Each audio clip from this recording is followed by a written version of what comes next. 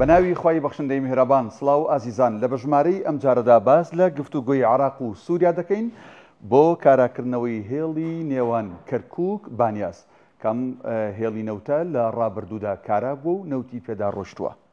باش ئەم نەخشەیەمانێ بێگومان ئەم نەوتە لە کەرکووکەوە بە شاری ڕوومادیە دەگەێنرێت بە خاکی سووریا دەگەێنرێتە بەندەری بانیاز لە سەر دەریای سپی ناوەڕاست و لەوێشەوە نەوتەکە بە جیهان دەفرۆشرێت. ساڵی 1934 ئەم بۆریە ڕاکێشرا و درێژەکەی 800 کیلۆمەترە، توانای هەناردەکردنی 300,000 بەرمیل نەوتی هەیە. ساڵی 1982 لە کاتی جەنگی نێوان عێراق ئێرانە سووریا وەک هاوسۆزیەک بۆ ئێران ئەم بۆری نەوتەی ڕاگرت نەیهێش عێراق نەوتی پێدا بگوازێتەوە. ساڵی 2000 ماوەیەکی کەم ئەم بۆریە کەوتەوە کار و بەکارهێنرا و نەوتی پێدا گوازرایەوە.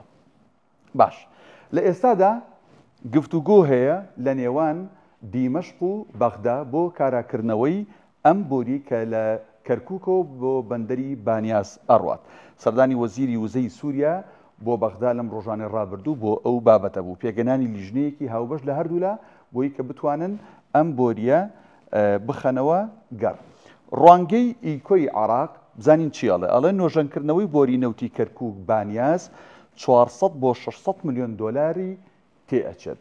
ئەمە کولفەیەکی زۆرە لەسەر عێراق. باش ئەو بربەستانە چین کە لە بەردەم کەوتنەوە کاری ئەم بۆریە نەوتەیان کۆنی هێڵەکە و تێچوویەکی زۆر بۆ نۆژەنکردنەوەی دۆخی ئەمنی سووریا خۆتان نەزانن سووریا دۆخی ئەمنیەکەی جێگیر نییە و تورکیا دەیەوێت نەوتی عێراق لە خاکەکەیەوە بڕات. هەرچەنە تورکیا و سووریا پەیوەندیکی باشیان هەیە بەڵام تورکیا لە ئێستا ئەوێت نەوتی عێراق بە خاکی ئەوە بڕات نەک بە هیچ وڵاتێکی دیکەیە.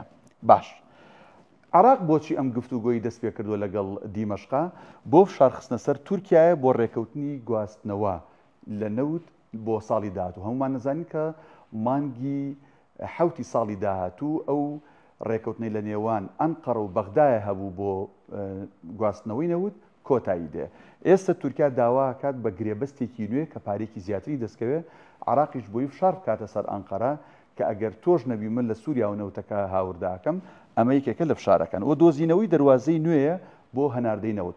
تەمەن بێگومان لە ساڵانی هەشتاکانە دەواازەی تورکیا هەبوو، سووریا هەبوو، لە سعودیەوە و لە باشووری عێراقەوە لە فاوەوە لە کەنداوی عەرەبەوە لەوێەوە عێراقی توانی نەوت هاوردەی جیانکە. بەڵام لە ئێستادا تەنها دەواازەیە کەماوێتی دەواازەی باشوورە و نەوتەکەی لەوێەوە بە وڵاتانی ئاسیا دەفرۆشێت. بەڵام ئەگەر بیەوێت بە وڵاتانی ئەوروپا و خۆرئاوای بفرۆشێت دەبێت بیر لەوە بکاتەوە کە دەواازەی دیکەی هەبێ بۆ ئەوی کە نەوتەکەی لێوە هەناردە بکات.